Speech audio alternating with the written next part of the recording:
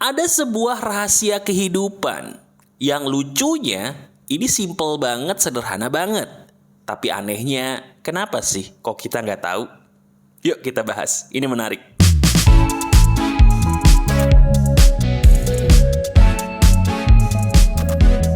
Halo teman-teman, ada saya kembali Aryan Surya, sahabat baik kamu dari Pagar Kehidupan di Podcast Pagi.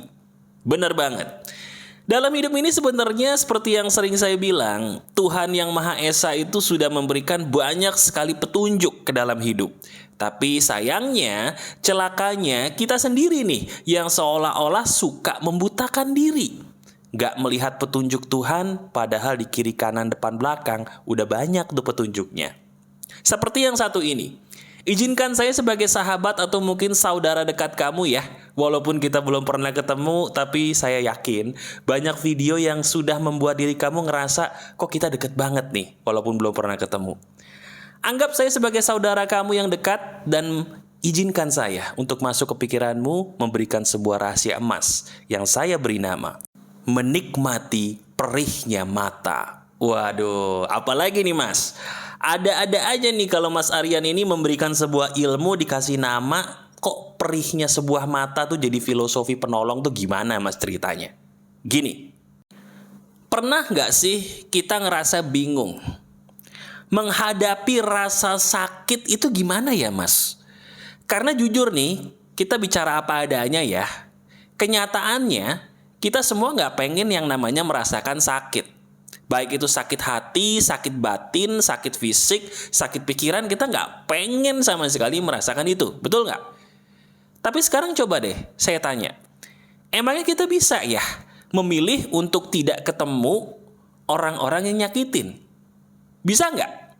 Kalau jujur, kita nggak mampu ya.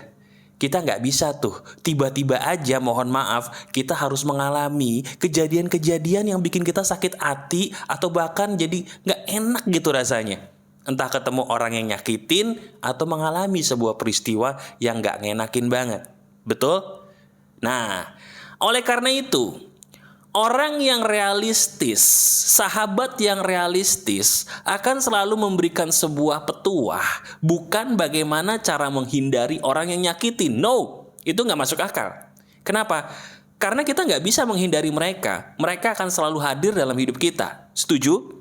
Yang harusnya dikasih kepada kamu adalah gimana caranya kalau kita terlanjur menghadapi orang-orang yang nyakitin, gimana caranya supaya kita cepat pulih, tapi dengan cara yang masuk akal.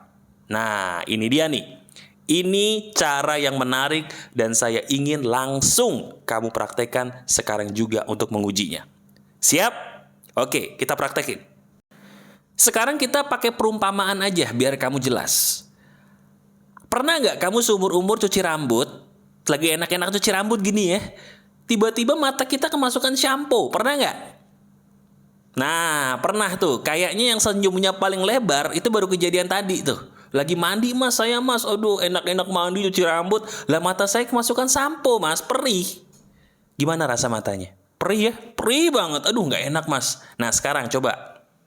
Saya mau tanya. Ingat-ingat perihnya mata waktu kena shampoo. Udah inget rasanya? Ingat lagi perihnya? Nah, sekarang kita renungkan. Kenapa rasa perih yang ada di mata ketika kena shampoo itu perih banget? Jawabannya apa? Jawabannya karena shampoo-nya. Bukan. Ini dia nih masalah kita. Benar nggak? Ketika kita menghadapi peristiwa yang nyakitin, langkah awal yang selalu kita lakukan sama persis seperti kalau kita kemasukan shampoo. Kita nyalahin shampoo-nya. Kita menghadapi hal yang nyakitin, yang langsung kita salahin siapa? Orang yang nyakitin. Orang itu tuh nggak tahu diri, dia nggak tahu tuh udah saya baik-baikin. Orang nggak tahu diuntung. Kenapa sih kok dia gitu, dia gini? Wah, persis dah. Persis kayak kalau mata kita kena shampoo, yang disalahin shampoo-nya. Shampoo-nya mas, kalau shampoo bayi nggak bikin perih mas. Bener sih, tapi masa harus pakai shampoo bayi? Nah, udah mulai senyum, udah mulai paham ya. Dengerin baik-baik.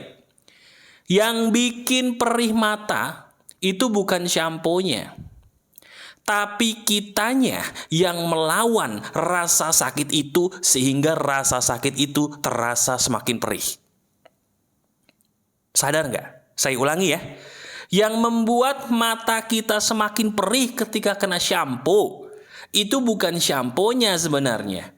Tapi karena kita berusaha melawan rasa perih, sehingga rasa perih tadi terasa semakin perih di mata kita. Sama seperti hidup, teman-teman. Rasa sakit dalam hidup kita itu terasa semakin menyakitkan bukan karena orang yang nyakitin kita lagi. Bahkan mohon maaf bukan karena kejadiannya.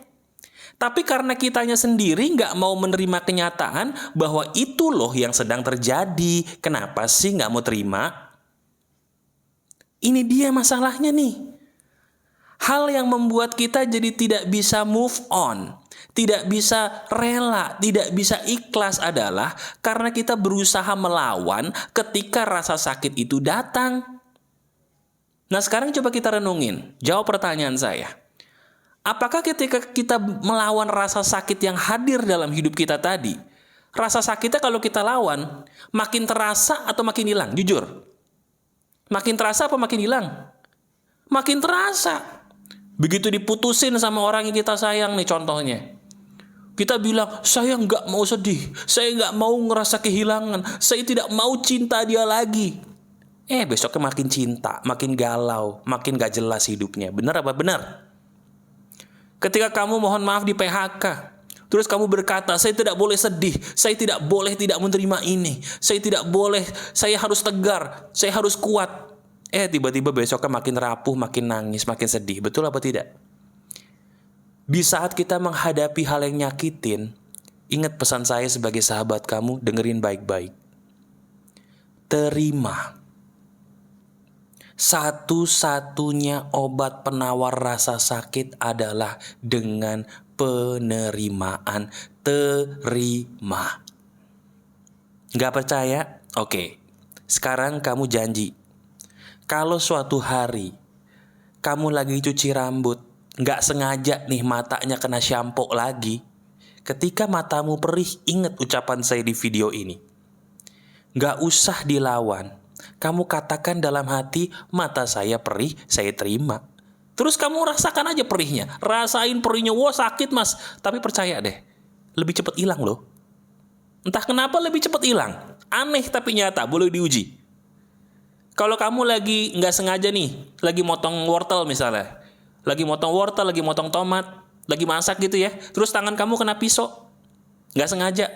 Kalau yang selama ini berat, aduh gitu. Terus kamu berusaha ngelawan rasa sakit. Sekarang jangan. Ketika kamu kena pisau, katakan, wah berdarah. Sakit sih, tapi saya terima. Saya terima sakit ini, saya terima sakit ini. Lihat deh, darahnya tetap keluar, tetap mengucur. Tapi anehnya, sakitnya berkurang. Coba, kalau nggak percaya. Ketika nanti kamu menghadapi hal yang menyakitkan, ingat ucapan saya tadi.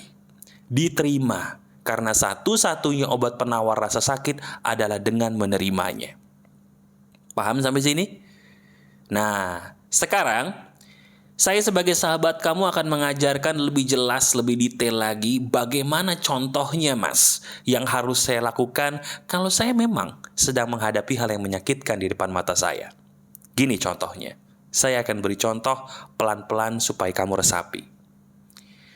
Ceritanya, kamu sedang dalam sebuah keadaan ingin menjual produk. Wah, ini mungkin agen asuransi, agen MLM gitu ya.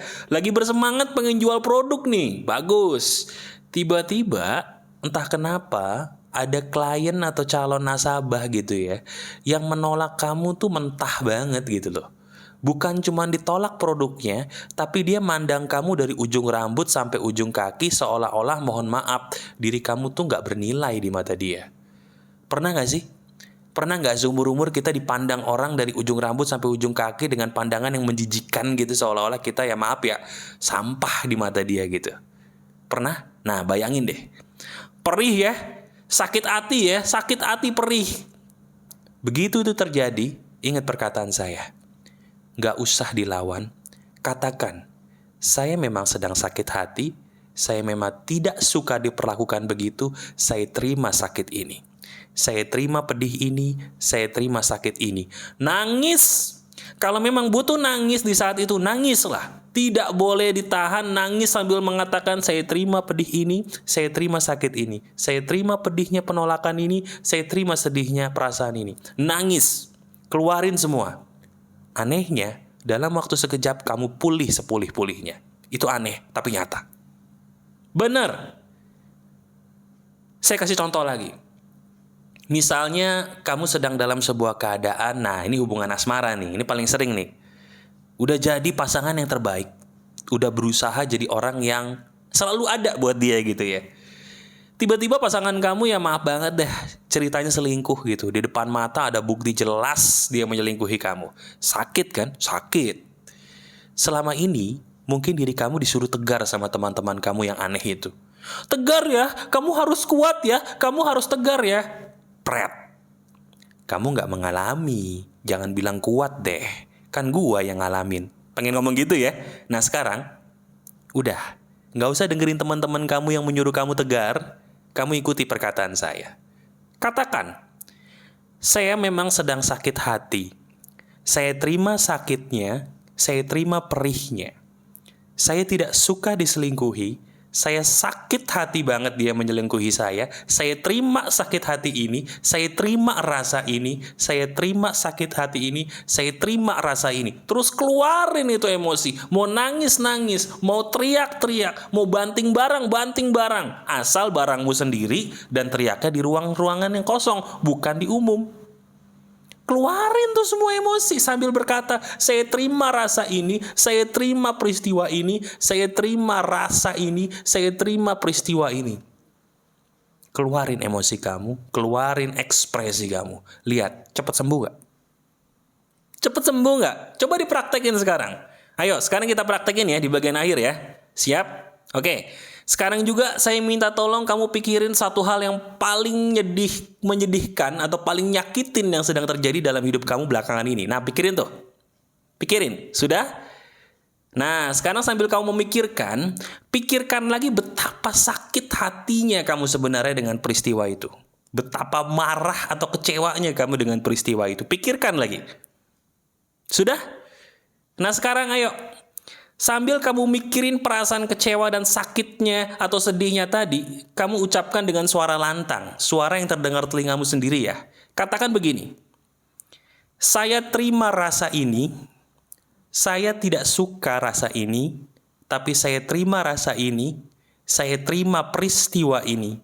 Ayo katakan, saya tidak suka rasa ini, tapi saya terima rasa ini, saya memang mengalami ini, saya terima peristiwa ini, saya terima rasa ini, saya terima rasa ini, saya terima peristiwa ini, saya terima peristiwa ini. Katakan, saya terima peristiwa ini, saya terima rasa ini. Lihat, ada air mata keluar di situ? Keluarkan semuanya.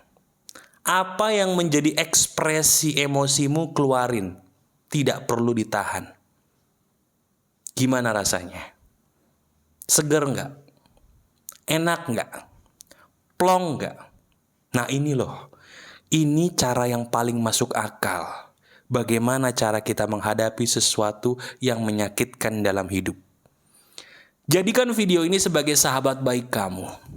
Tonton video ini berulang kali dan praktekkan ketika kamu membutuhkannya. Kalau memang video ini bermanfaat buat kamu, saya minta tolong, silakan klik jempol ke atas atau tombol like-nya dan bagikan link video ini ke teman-teman atau saudara yang kamu pengen banget hidupnya tertolong. Jadikan video ini sahabat kamu ya. Ini emas. Masih ada saya, Aryan Surya, sahabat baik kamu selalu dari Pagar Kehidupan. Tetap keep the spirit, keep sharing, and keep loving. Bye-bye.